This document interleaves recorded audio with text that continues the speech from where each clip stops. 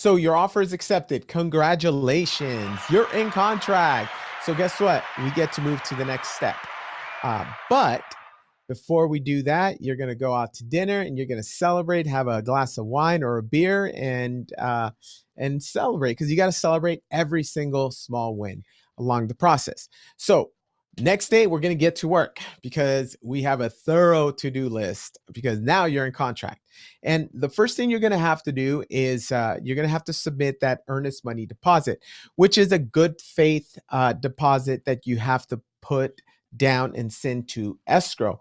And escrow is a third party that is basically a neutral third party. It's think of them as Switzerland throughout the entire home buying process.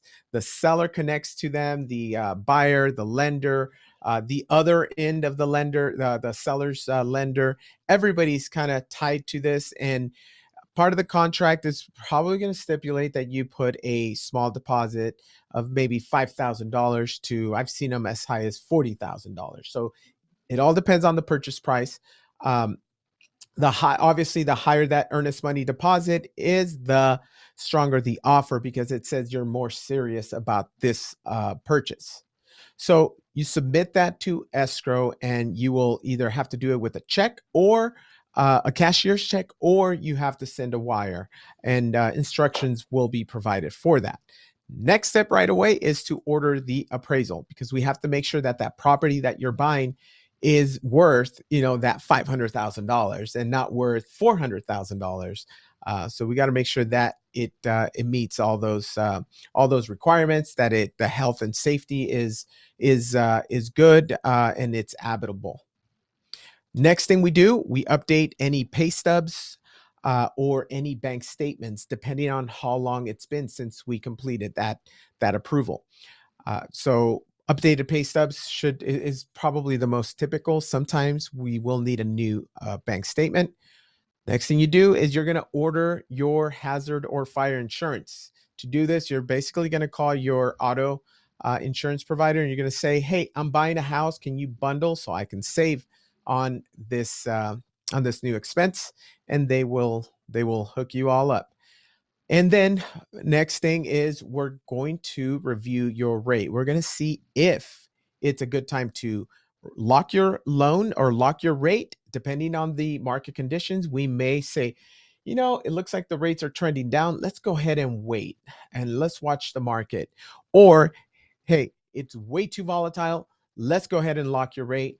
Let's just not worry about this anymore. So once we do all of that, I'm going to take all that package along with the appraisal, and I'm going to resubmit it to the underwriter. Underwriter's going to review those remaining documents, and they're either going to give us a full approval again, or they're going to say, you have a new inquiry here from Best Buy. Did you go out and buy something? And let me tell you, quick side note, do not buy anything while you're buying a house on credit. Do not close any credit card accounts. Do not do anything related to your credit report. All right. Okay. Back to it. We give an explanation on these, on whatever inquiries come up or whatever the underwriter may come up with. And once we address those, it goes back to final underwriting. You get a clear to close, and we pretty much get ready to finalize. But a few things before we move on to the home inspections that I want to really emphasize here on this slide. All right. People get kind of caught up with earnest money, right? They're like, I thought I don't need a down payment, so why I gotta put this up front? Right? So you don't lose it, it's just to show your serious intention of buying the house, right? Mm-hmm.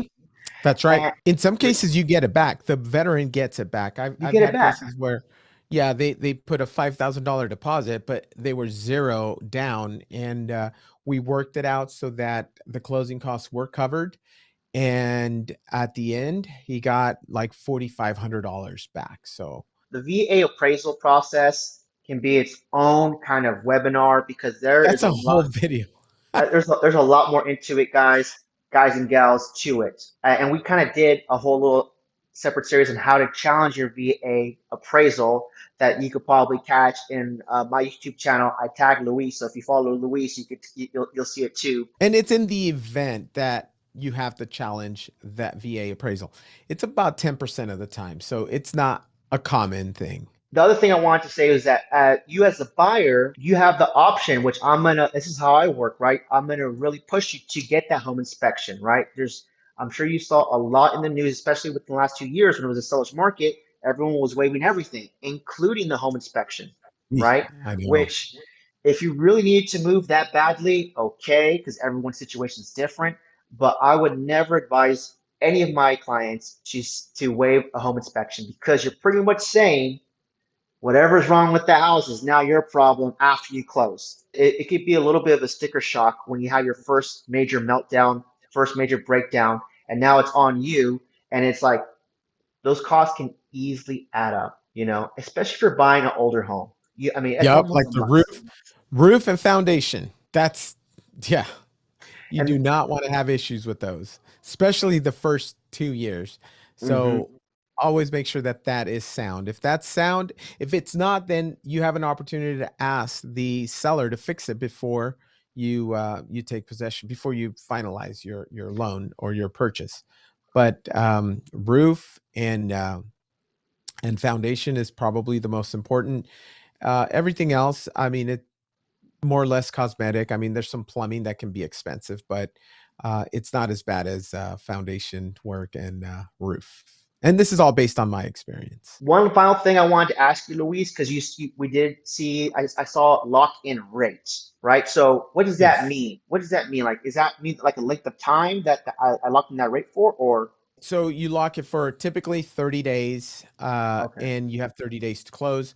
If you can push it out to 15 days, then you typically get a slightly better rate. Sometimes it's not worth the risk, though. It all depends on the market conditions. Many banks, right off the bat, the first thing they want to do is lock it, and that's it.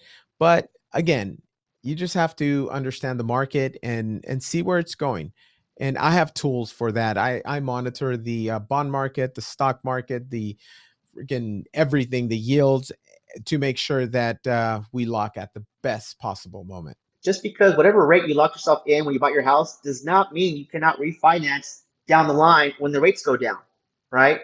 So That's right.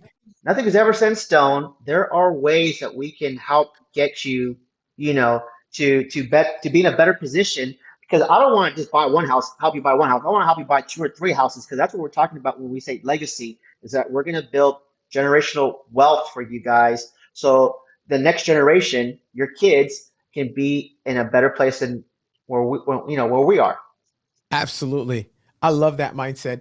And to sum it up on the rate, look, you're gonna marry the house and you're gonna date the interest rate. The Number home 8, inspection well, we covered that already. covers Inspections. that. Yep. Number 9, appraisal situations, covered it. I think we kind of went to. I think we're done. We're ready to. Oh, Uh, one thing I wanted to cover, right, is maybe like the appraisal gap, right? So let's say we put in an offer for 500,000, but mhm, the appraiser came back saying like, no, that house is only worth 490,000. So right. what happens then? Depending on whether you have an appraisal contingency or not. If you do, then you can go back to the seller and negotiate. Say, look, your house came in, $30,000 under, and you can attempt to bring it down to that, that lower price, or you can meet in the middle. You can say, look, I'll cover 15, you cover the 15, and you meet in the middle. Or you can just say, okay, sorry, I don't have the means.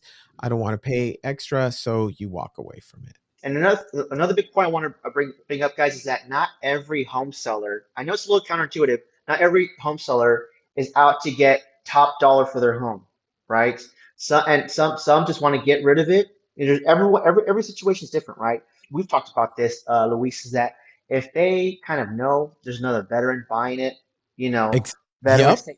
take care of veterans and be like, yeah, I want the next homeowner of my to be a veteran because I'm a veteran, right? And that's how we kind of take care of each other.